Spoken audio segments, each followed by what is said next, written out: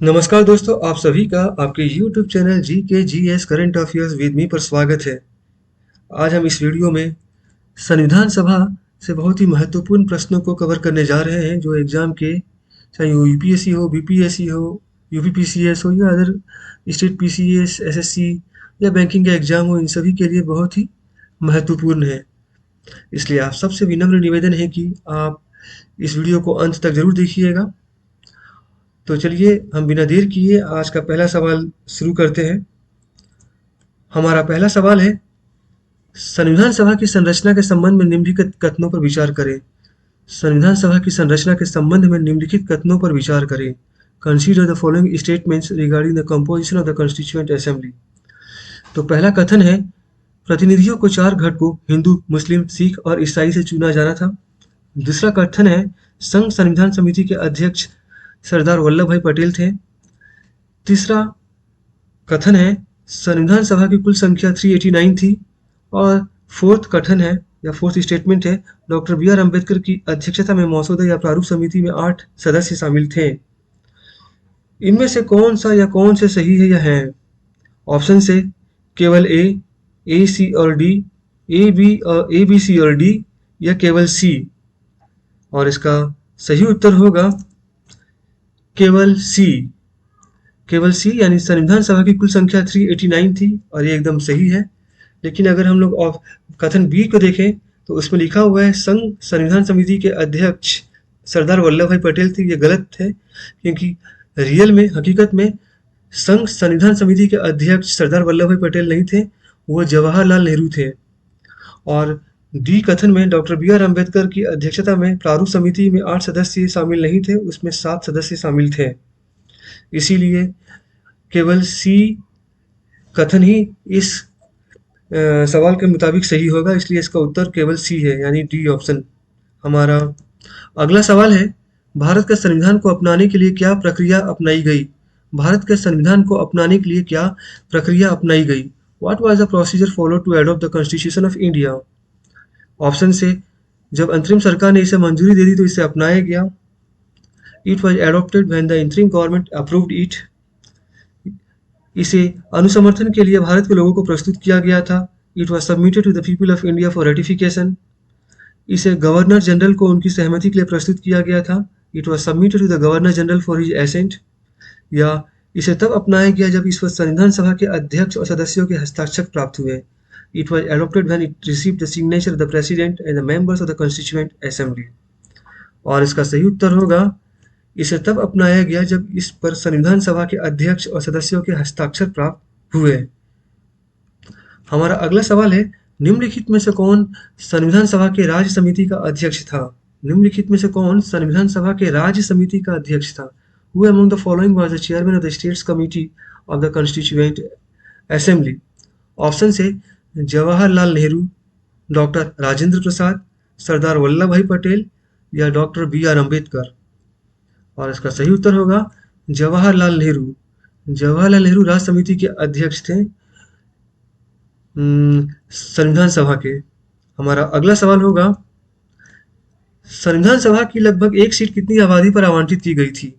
रफली 1 seat of the constituent assembly was allotted to how many populations? संविधान सभा की लगभग 1 सीट कितनी आबादी पर आवंटित की गई थी? ऑप्शन से 50 लाख, 10 लाख, 20 लाख या 1 लाख। और इसका सही उत्तर होगा 10 लाख यानी 1 मिलियन, 1 मिलियन। और हमारा अगला सवाल है, भारत के लिए संविधान सभा की रचना हेतु संविधान सभा का विचार निम्न में से सबसे पहले किसने प्रस्तुत किया?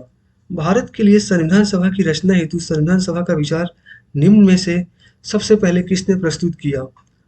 Which among the following first presented the idea of a constituent assembly for the creation of a constituent assembly for India?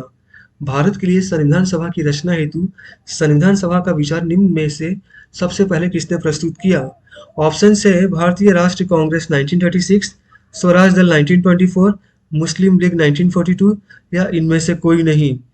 और इसका सही उत्तर होगा स्वराज दल 1924। हमारा अगला सवाल है, संविधान सभा के उद्घाटन अधिवेशन की अध्यक्षता किसने की थी? संविधान सभा के उद्घाटन अधिवेशन की अध्यक्षता किसने की थी? Who presided over the inaugural session of the Constituent Assembly? संविधान सभा के उद्घाटन अधिवेशन की अध्यक्षता किसने की थी? ऑप्शन है डॉक्टर राजेंद्र प्रसाद, पंडित जवाहरलाल नेहरू, श्री राजगोपालाचारी या सच्चिदानंद सिन्हा। और इसका सही उत्तर होगा डॉक्टर सच्चिदानंद सिन्हा। तो संविधान सभा सबसे पहले इसका सेशन जो लगा था वो 9 दिसंबर 1946 को हुआ था और 9 दिसंबर 1946 को इंटरिम प्रेसिडेंट के रूप में सच्चिदानंद सिन्हा को चुना गया था, इसलिए इसका उत्तर सच्चिदानंद सिन्हा होगा। हमारा अगला सवाल होगा, निम्न कथनों में से कौन से संविधान सभा के गठन के बारे में सही है?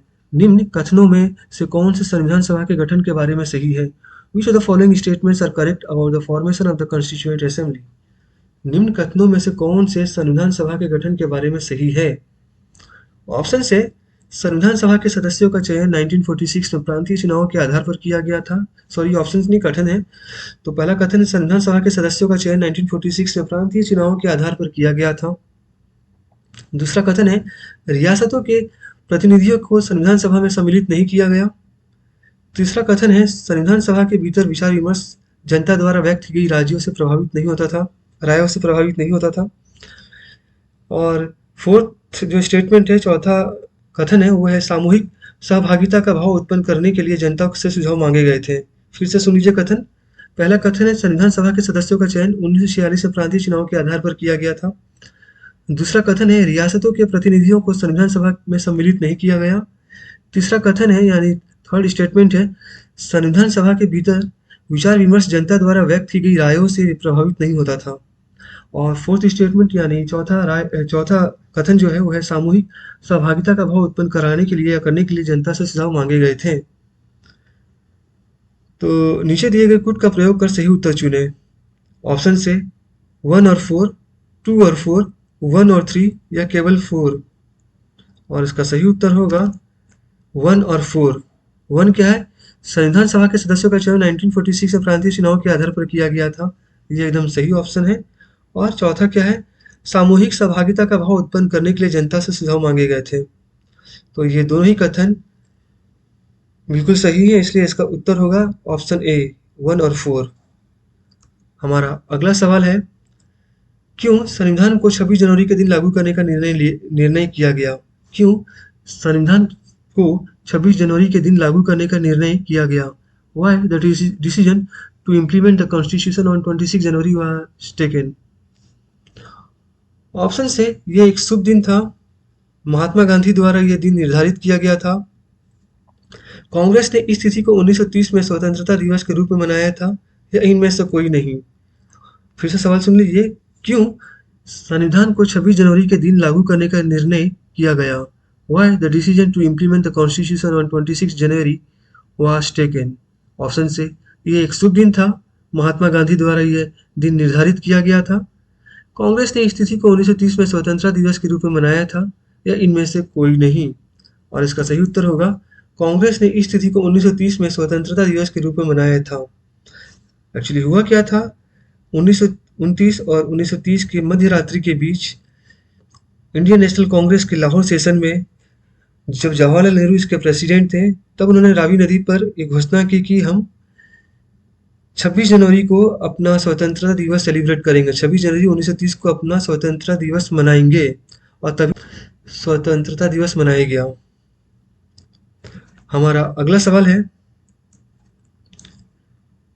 भारतीय संविधान सभा में महिला सदस्यों की कुल संख्या कितनी थी? भारतीय संविधान सभा में महिला सदस्यों की कुल संख्या कितनी थी? What was the total number of women members in the Indian Constituent Assembly? भारतीय संविधान सभा में महिला सदस्यों की कुल संख्या कितनी थी? ऑप्शन से 16, 15, 12 या 13। और इसका सही उत्तर होगा 15। संविधान सभा के कुछ महिला सदस्यों में शामिल है अम्मू स्वामीनाथन, दक्षिणयानी वेलायुधन, बेगम एजाज रसूल, दुर्गाबाई देशमुख, हंसा जीवराज मेहता, कमला चौधरी, लीला रॉय, मालती चौधरी, पूर्णिमा बनर्जी, राजकुमारी अमृत कौर, रेणुका रे, सरोजिनी नायडू, सुचिता कृपलानी, विजयलक्ष्मी पंडित और एन मास्कारेन। ये सभी महिलाएं जो है ये भारतीय संविधान सभा में महिला सदस्य रही थी। हमारा अगला सवाल है, भारत की संविधान सभा ने सभी निर्णय लिए the constituent assembly of India took all decisions bye, Bharat की संविधान सभा ने सभी निर्णय लिए। तो किस तरह का निर्णय उन लोग का था? किसका? तो members of the constituent assembly, यानी कि जो भारतीय संविधान सभा के सदस्य थे उनका निर्णय क्या था? वो किस तरह का निर्णय था? वो निर्णय साधारण बहुमत का था, या सर्वसम्मति का था, या 2/3 बहुमत का था, या 3/4 बहुमत का था? और इसका सही उत्तर होगा सर्वसम्मति यानी कंसेंसस। इसी के साथ हमारा आज का ये वीडियो यहीं समाप्त होता है, और हम मिलेंगे अगली वीडियो के साथ कुछ नए प्रश्नों के साथ। तब तक के लिए आप सबको बहुत बहुत धन्यवाद। अगर आपको मेरा ये वीडियो पसंद आया होगा तो लाइक और सब्सक्राइब ज़रूर कर दीजिएगा, और बेल आइकन को हिट ज़रूर कर दीजिएगा, जिससे कि आपको मेरे वीडियो का नोटिफिकेशन मिल सके। और तब तक के लिए आप सबको बहुत बहुत धन्यवाद। जय हिंद दोस्तों।